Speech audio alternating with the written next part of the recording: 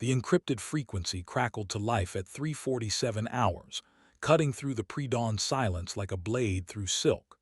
Lieutenant Commander Reyna Ghostwalk Vasquez pressed her headset closer, the familiar weight of her helmet suddenly feeling heavier in the cramped cockpit of her modified MH-60M Black Hawk. Below, the Hindu Kush mountains stretched endlessly, their jagged peaks catching the first hints of dawn like broken glass. Phoenix 7, this is Overwatch. SEAL Team Delta is approaching the compound. All systems green for extraction in T-12 minutes. The voice belonged to Colonel Marcus Webb, a man whose reputation for flawless operations had earned him legend status at JSOC. But Reyna heard something else in his transmission, a subtle tension that made her grip the collective tighter. The mission was supposed to be routine.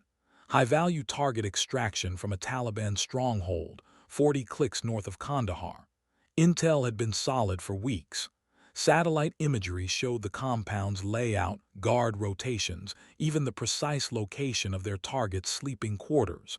Everything was perfect. Too perfect. Reyna's dark eyes swept across her instrument panel, muscle memory guiding her through the pre-extraction checklist. Her co-pilot, Warrant Officer James Tango Morrison, worked silently beside her, his movements economical and precise. They'd flown together for 3 years and she could read his moods like her own heartbeat. Tonight, he was uneasy. "Ghostwalk, you seeing what I'm seeing on thermal?" Tango's voice carried the kind of careful neutrality that preceded bad news. Reyna shifted her attention to the FLIR display, watching the compound through the ethereal green glow of infrared.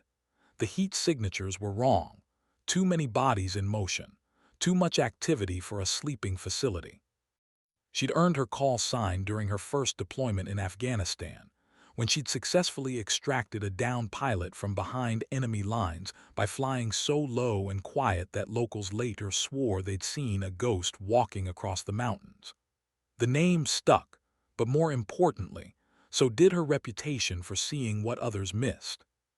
"Phoenix 7 to Overwatch," she transmitted, her voice steady despite the growing knot in her stomach. "Recommend holding current position for additional reconnaissance. Something's off about the thermal readings." The response came back sharp and immediate. "Negative, Phoenix 7. Mission timeline is critical. Proceed as planned." Reyna exchanged a glance with Tango. In the green glow of their instruments, she could see her own doubts reflected in his weathered face.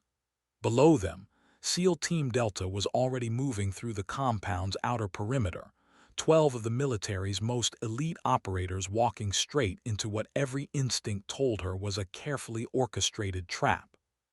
Major Catherine Banshee O'Sullivan's voice cut through her thoughts from the gunship circling overhead. "Ghostwalk, you're broadcasting tension on an open channel. What's your assessment?" Reyna keyed her mic, knowing that her next words would either save lives or end her career. The weight of that decision pressed down on her like the mountain air itself, thin and unforgiving. The compound erupted in a symphony of muzzle flashes before she could respond. Orange tongues of flame licked from windows and rooftops as the crack of AK-47s shattered the morning calm. Through her headset, she heard the sharp, professional voices of SEAL Team Delta calling out contact positions, their training taking over even as the world exploded around them. "Contact front, contact left, we've got shooters on the roof." Team Leader Chief Petty Officer Rodriguez's voice cut through the chaos with practiced calm. "Alpha Team, suppress those windows. Bravo, we need covering fire on that eastern wall." But Reyna was already moving, her Black Hawk dropping like a stone toward the compound. She'd seen this before, the deliberate positioning of the shooters, the coordinated timing of the attack. This wasn't a panicked response to an unexpected raid. This was a kill box, and Delta Team had walked right into it. "Phoenix 7, what the hell are you doing?" Colonel Webb's voice crackled with authority and anger. "Maintain altitude and stand by for extraction." Reyna ignored him. Her aircraft skimmed the compound walls at 60 feet, close enough that she could see the individual faces of the Taliban fighters, close enough to see their surprise as her door gunner, Staff Sergeant Maya Hurricane Chen, opened up with the M134 minigun. The six-barreled weapon roared to life, sending a stream of 7.62 rounds into the enemy positions at 4,000 rounds per minute. The sound was apocalyptic, a mechanical scream that could be heard for miles across the mountains. Brass casings rained down like deadly snow as Hurricane walked her fire across the rooftops, each burst precisely calculated to suppress without hitting the SEAL team below. "That's what I'm talking about," came Rodriguez's voice, strained but relieved. "Phoenix 7, you beautiful bird, where did you come from?" Tango was already coordinating with the ground team. "Delta 1, we've got eyes on your 6, multiple shooters in the compound courtyard. Can you get to the southwest corner?" "Moving now," Rodriguez confirmed. Through her night vision, Reyna could see the green shapes of the SEAL team bounding from cover to cover, their movements fluid and professional despite the chaos erupting around them. But something was still wrong. The attack was too sophisticated, too well coordinated for a random Taliban cell. As Hurricane's gun fell silent to reload, Reyna scanned the surrounding ridgelines with her thermal optics. What she saw made her blood run cold. Heat signatures, dozens of them positioned on the high ground surrounding the compound. They weren't participating in the firefight, they were watching it, waiting. "Overwatch, Phoenix 7, she transmitted, forcing her voice to remain calm. "We have multiple unknown contacts on the surrounding ridgelines. This is not a standard engagement." Colonel Webb's response was immediate and sharp. "Phoenix 7, you are ordered to cease fire and maintain extraction altitude. The ground team can handle the situation."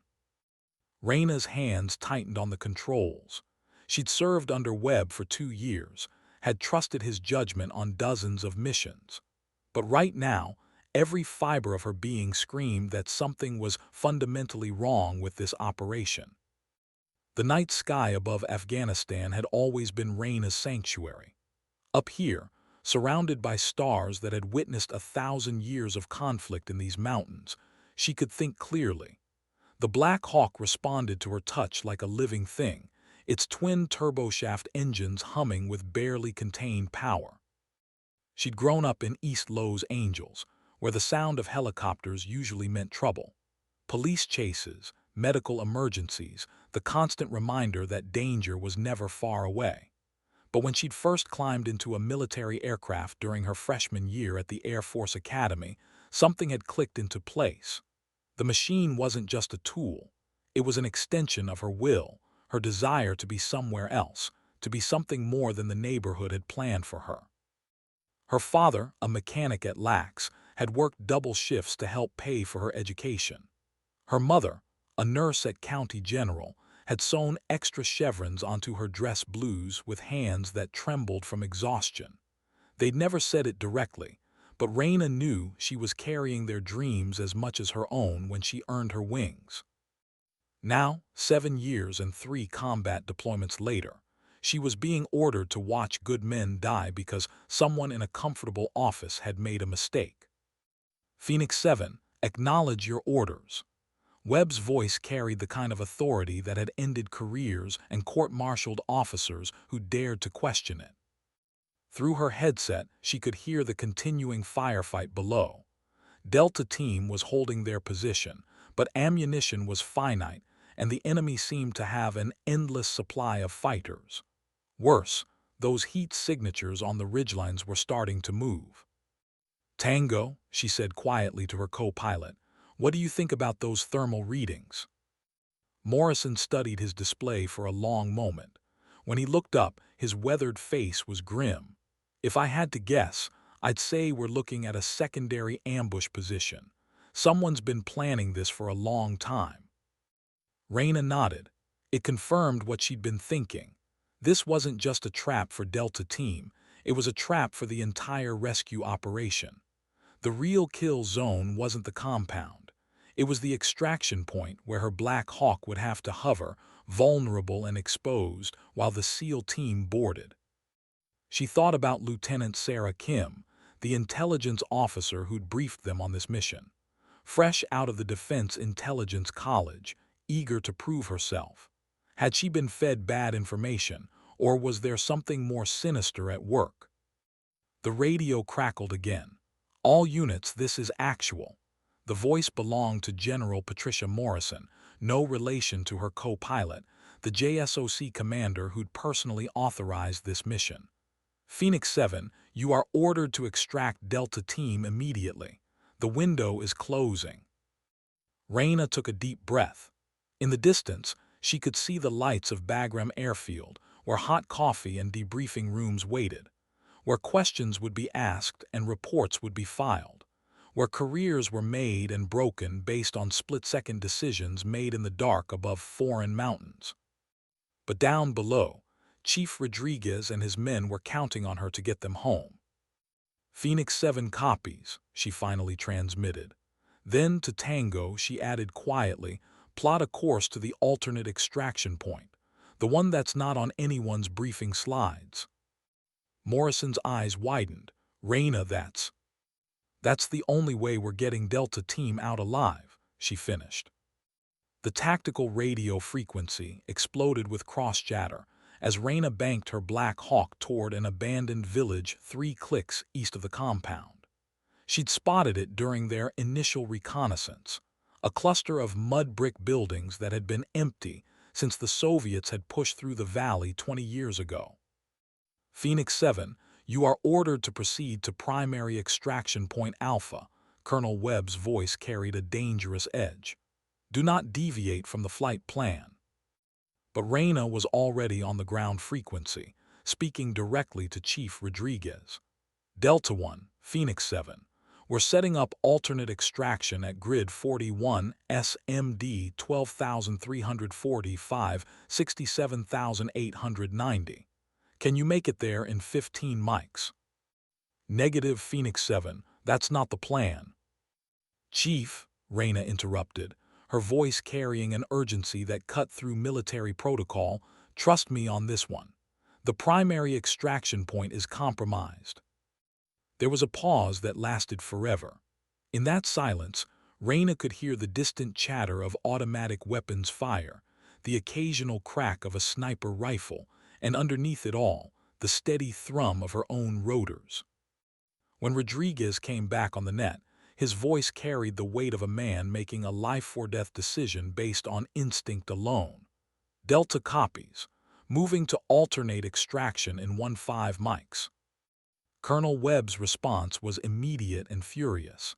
"Phoenix 7, you are in direct violation of operational orders. Return to primary extraction point Alpha immediately or face court-martial proceedings." Raina glanced at Tango, who was already updating their navigation system with the new coordinates. Hurricane, still manning her gun in the cabin, had heard enough of the radio traffic to understand what was happening. She caught Raina's eye in the reflection of the windscreen and nodded once, a simple gesture that said everything about trust and shared risk.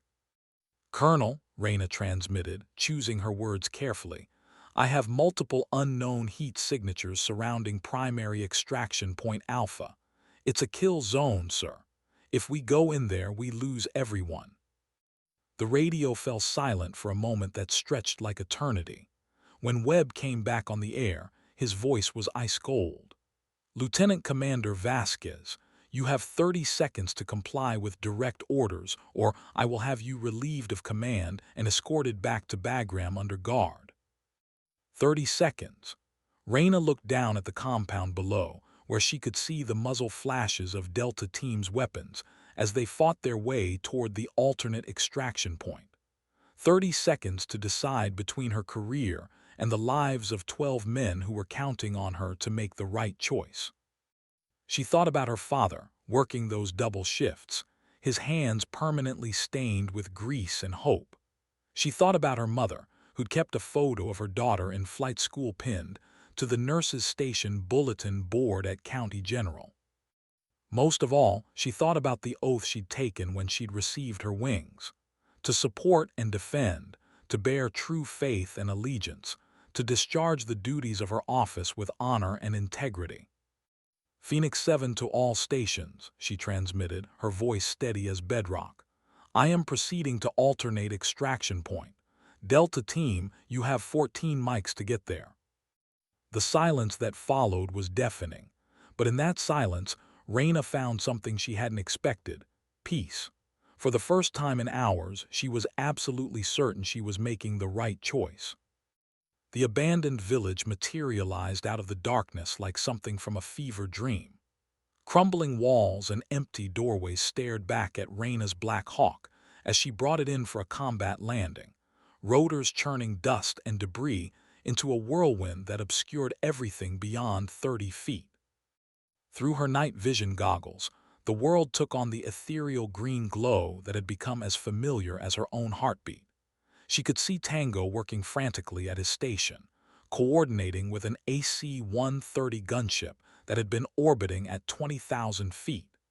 Hurricane had repositioned herself at the rear of the cabin, her minigun trained on the approaches to their improvised landing zone. Spooky 7-1, Phoenix 7, Tango transmitted to the gunship. We're going to need close air support on this extraction. Unknown number of hostiles converging on our position.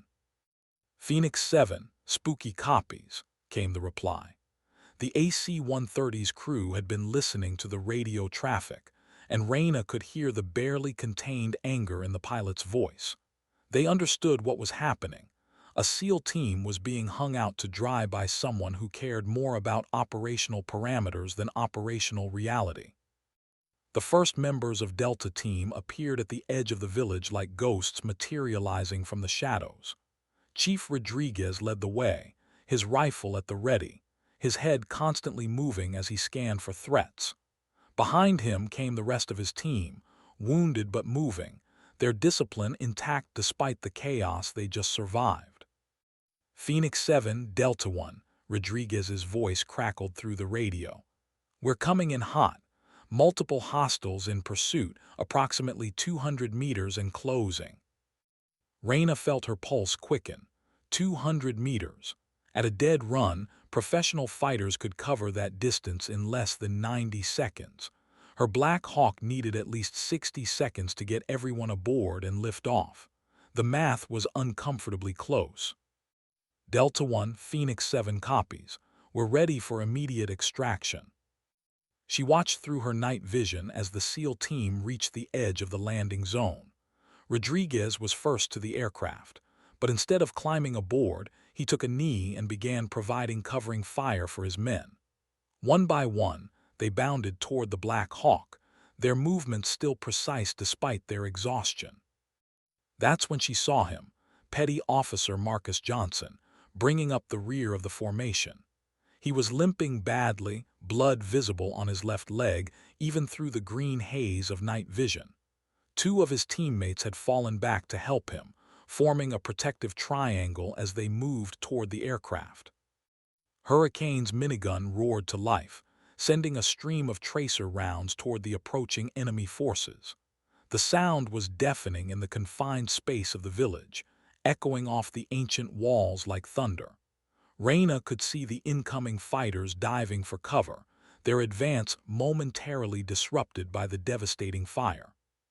6 up, Hurricane called out as the last SEAL team member dove through the cabin door. We're loaded. But as Raina began to pull pitch, preparing for immediate takeoff, Rodriguez's voice stopped her cold. Wait, we've got one more inbound. Through her night vision, she could see a lone figure running toward them from the compound direction. The runner was moving with desperate speed, but enemy fighters were closing in from both flanks. Whoever it was wouldn't make it to the aircraft in time. Negative, Delta 1, Colonel Webb's voice cut through the radio chatter. All personnel are accounted for. Lift off immediately. But Rodriguez was already keying his mic. That's Petty Officer Williams. He got separated during the breakout. Raina's heart hammered against her ribs. Williams, she'd read his file during the mission briefing. 23 years old, married with a 6-month-old daughter he'd never seen. a communications specialist who'd volunteered for this deployment to pay for his wife's medical school. The approaching enemy forces were less than 100 meters away now, their muzzle flashes visible in the darkness. Williams was still 50 meters from the aircraft, running across open ground with nowhere to hide. Phoenix 7, lift off now. Webb's voice carried the full weight of command authority. That's a direct order. Reyna looked at Tango, then back at Hurricane, who was still laying down covering fire. In the cabin, she could see Rodriguez and his men, their faces grim with the knowledge that they were being ordered to abandon one of their own. Time slowed to a crawl. She could see Williams stumbling, exhaustion finally taking its toll. She could see the enemy fighters adjusting their aim, preparing to cut him down in the open. She could see the future unfolding in two distinct paths: follow orders and watch a good man die, or risk everything to save him. The choice wasn't really a choice at all. Williams hit the deck and rolled as Hurricane's covering fire swept over his position, the minigun's tracers drawing deadly lines in the darkness above his head. Reyna had held the Black Hawk in a hover that would have been impossible for most pilots, the aircraft steady as a rock despite the chaos erupting around them. "Move, move, move," Rodriguez shouted, and two of his men leaped from the cabin to sprint toward Williams. They reached him just as enemy rounds began impacting the ground around the aircraft, sparks flying as bullets struck the reinforced hull. Reyna felt the Black Hawk shudder under the impact of small arms fire, but the bird kept flying. These aircraft had been built to take punishment, and she'd tested their limits on more occasions than she cared to remember. "We're taking fire from multiple positions," Tango reported, his voice clinically calm despite the circumstances. "Engine temperatures are climbing, but we're still in the green." Through her headset, Reyna could hear the AC-130 crew calling out targets. "Phoenix 7, Spooky has eyes on approximately 15 hostiles in the tree line to your north. Request permission to engage." "Spooky 7-1, you are cleared hot," she replied without hesitation. "Danger close, repeat, danger close." The AC-130's 4-beam cannon spoke from 20,000 feet above, each round the size of a beer bottle and capable of punching through concrete. The explosions marched across the tree line like the footsteps of an angry god, each detonation silhouetting the enemy fighters for a split second before they vanished in fire and smoke. Rodriguez and his men reached the Black Hawk with Williams in tow, the young sailor's face pale but determined. Blood seeped through his uniform where shrapnel had found its mark, but he was conscious and moving under his own power. "That's everyone," Rodriguez called out as they bundled Williams into the cabin. "We're loaded and ready." Reyna didn't wait for further confirmation. She pulled pitch and twisted the throttle, feeling the Black Hawk leap into the air like a caged bird suddenly set free. The village fell away beneath them, dwindling to a collection of shadows and dust clouds. But their troubles were far from over. As they climbed toward relative safety, Tango's voice cut through her relief like a knife. "Contact, we've got multiple fast movers inbound from the north. Looks like at least 2 helicopters, possibly more." Reyna's blood turned to ice. Fast movers meant military aircraft, and there weren't supposed to be any friendly helicopters in this area of operations, which meant they were being pursued by someone who definitely wasn't on their side. Through her headset, she could hear Colonel Webb's voice, colder than the mountain air around them. "Phoenix 7, you are ordered to return to Bagram immediately for debriefing and disciplinary action." But Reyna was looking at her fuel gauge, calculating distances and time. Bagram was 90 miles away, and those pursuing aircraft were closing fast. Her Black Hawk was loaded with wounded personnel and low on ammunition. In a straight fight, they wouldn't stand a chance. "Tango," she said quietly, "how do you feel about taking the scenic route home?" Her co-pilot's weathered face cracked into something that might have been a grin. "I've always been fond of sightseeing, Ghost Walk." The mountains of Afghanistan had been carved by wind and time into a maze of valleys and ridgelines that could hide an army if you knew where to look. Raina knew these mountains like she knew her own heartbeat, had flown through their shadows on dozens of missions that never appeared in official reports.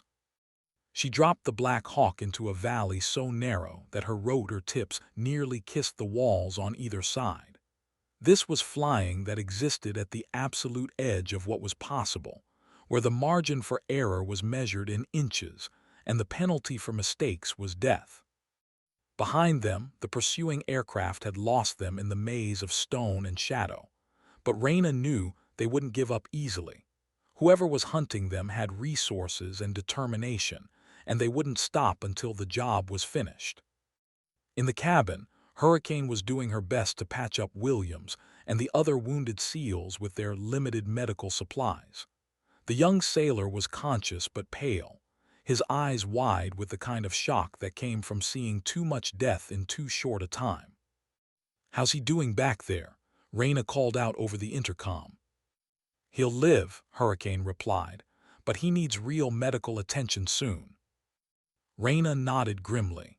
The nearest friendly medical facility was at Bagram, which was exactly where their pursuers would expect them to go. They needed somewhere else, somewhere unexpected, somewhere that would give them time to figure out what the hell was really happening. As if reading her thoughts, Tango pointed to a spot on their tactical display. "There's a small forward operating base about 30 clicks southeast. Fob Lightning. It's not much, but they've got a medical facility." Raina considered it. Fob Lightning was little more than a collection of tents and sandbags perched on a hilltop, manned by a company of infantry and a handful of support personnel. It wasn't an official destination for special operations aircraft, which meant it might be off their pursuers' radar. "Delta 1, she transmitted to Rodriguez, "we're diverting to Fob Lightning for medical treatment. How copy?" "Phoenix 7, Delta 1 copies," came the reply. "Just get us somewhere safe so we can figure out what went wrong back there." What went wrong? As Raina banked the Black Hawk toward their new destination, she found herself thinking about that phrase. Something had definitely gone wrong, but it hadn't been an accident. Someone had deliberately fed them bad intelligence. Someone had set up Delta Team to walk into a kill zone, and someone was now trying to make sure they didn't live to tell about it. The question was, who? Fob Lightning materialized out of the pre-dawn darkness like something from a mirage. A collection of concrete barriers, razor wire, and prefabricated buildings clinging to a hilltop like a mechanical parasite. It wasn't much to look at, but right now it represented safety and medical care for the wounded SEALs in her cabin. Raina brought the Black Hawk in for a landing that was more controlled crash than graceful arrival. Her aircraft had taken more damage than she'd initially realized.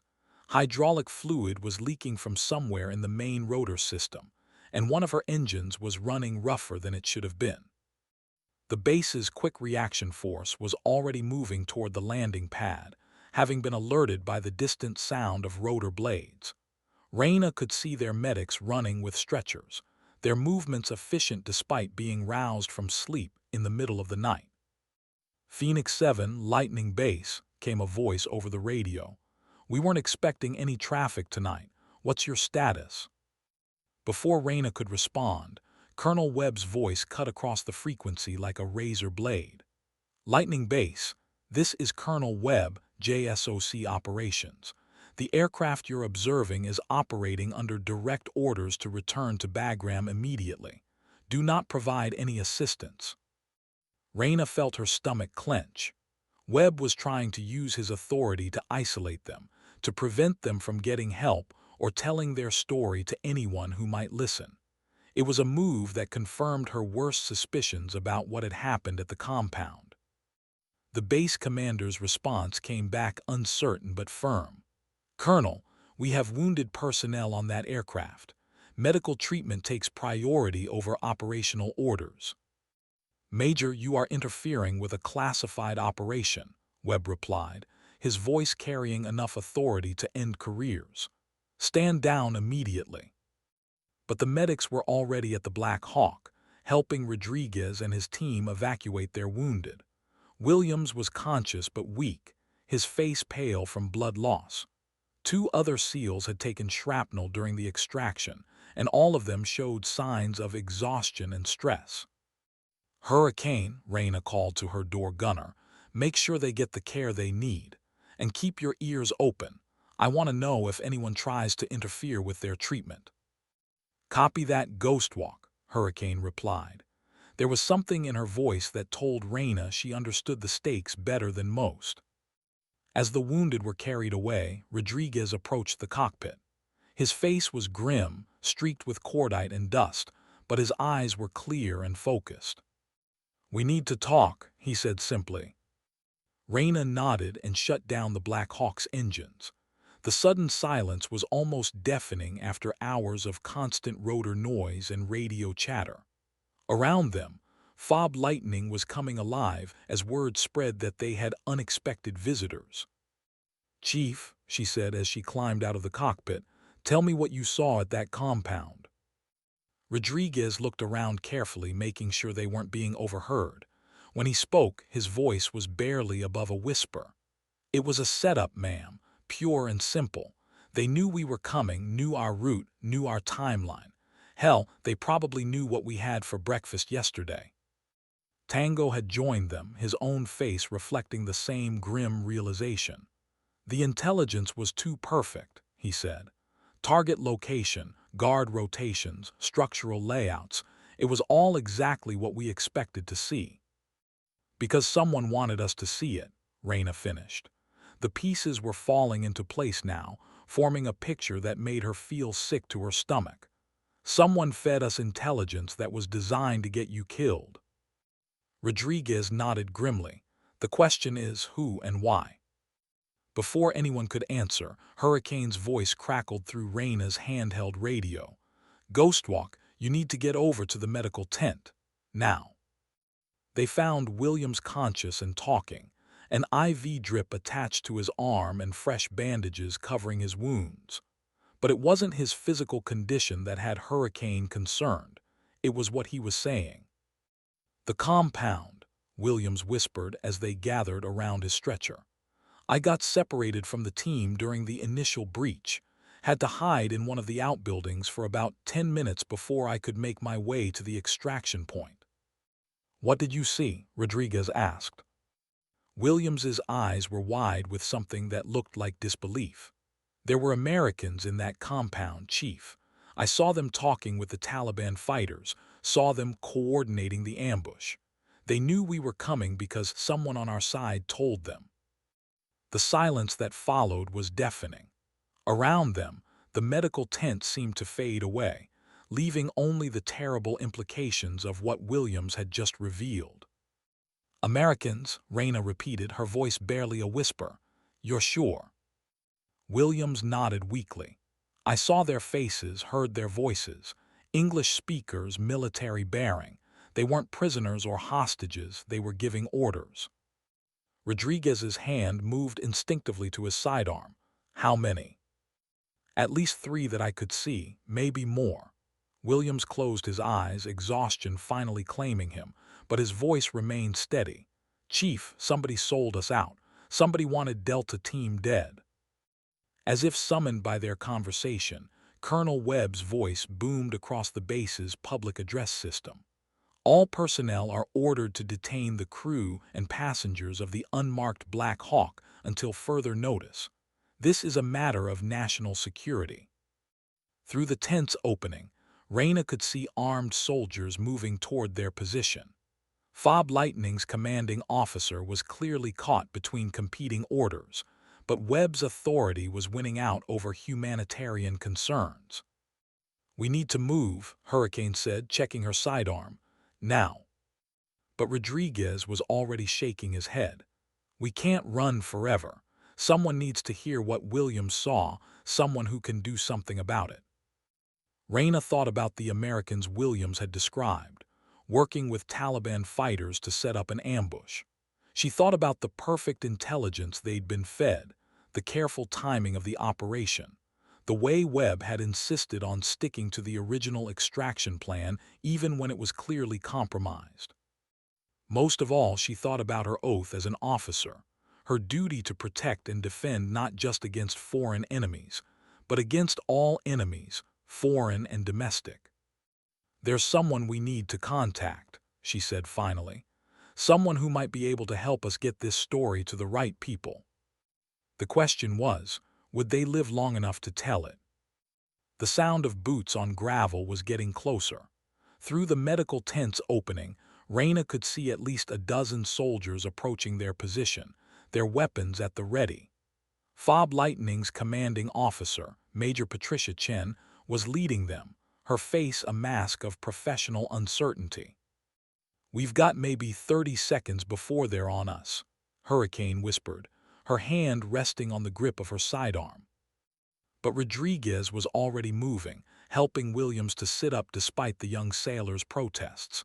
"If we're going to do this, we do it right," he said firmly. "No more running, no more hiding. We tell our story and let the chips fall where they may." Raina felt a strange sense of calm settle over her. For hours, she'd been operating on instinct and adrenaline, making split-second decisions that had kept them alive but painted them as insubordinate. Now, finally, she had a chance to do what she'd always done best, tell the truth and accept the consequences. Major Chen pushed through the tent flap, her expression carefully neutral. Behind her, Raina could see her soldiers taking positions around the perimeter, professional but clearly uncomfortable with the situation. "Lieutenant Commander Vasquez," Chen said formally, "I'm ordered to place you and your crew under protective custody pending investigation of tonight's events." "Major," Raina replied, matching her formal tone, "my crew and I are prepared to cooperate fully with any investigation. But first, we need to ensure that Petty Officer Williams receives proper medical care." Chen glanced at the wounded sailor, then back at Raina. There was something in her eyes that suggested she understood there was more to this story than the official version. "Williams will receive all necessary medical attention," she said carefully. "But I need you to understand that this situation is being handled at the highest levels of command. Colonel Webb has made it clear that any interference with this operation could be considered an act of treason." The word hung in the air like a physical presence. Treason. It was the kind of charge that ended careers and lives, the kind of accusation that could make people disappear into black sites and military tribunals. But Williams was struggling to sit up on his stretcher, his face pale but determined. "Major, with respect, there's something you need to know about tonight's operation." Chen raised a hand to stop him. "Petty officer, you're wounded and exhausted. Any statements you make should be given to proper authorities after you've received medical treatment and legal counsel." "Ma'am," Williams said, his voice growing stronger despite his injuries, "there were Americans working with the enemy at that compound. Americans who knew we were coming, who helped set up the ambush." The effect of his words was immediate. Major Chen's carefully controlled expression cracked, revealing something that looked like shock and disbelief. Around the tent, her soldiers exchanged glances that spoke volumes about their own doubts regarding the official story.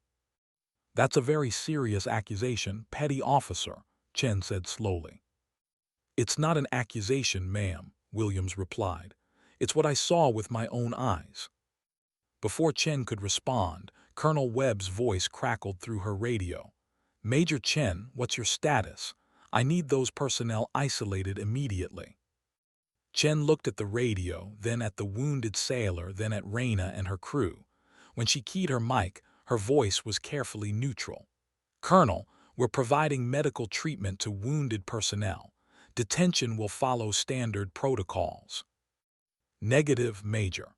These personnel are not to speak with anyone until they've been properly debriefed by authorized investigators."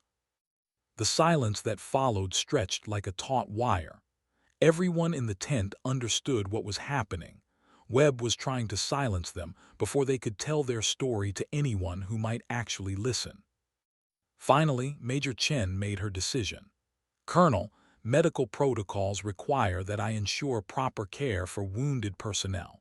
I'll need at least 6 hours to stabilize the patients before they can be moved. Major, you are interfering with a classified operation. Chen switched off her radio with a decisive click. Around the tent, her soldiers relaxed slightly, their body language suggesting they approved of their commander's choice. 6 hours, Chen said quietly to Reina. That's all I can give you, use them wisely.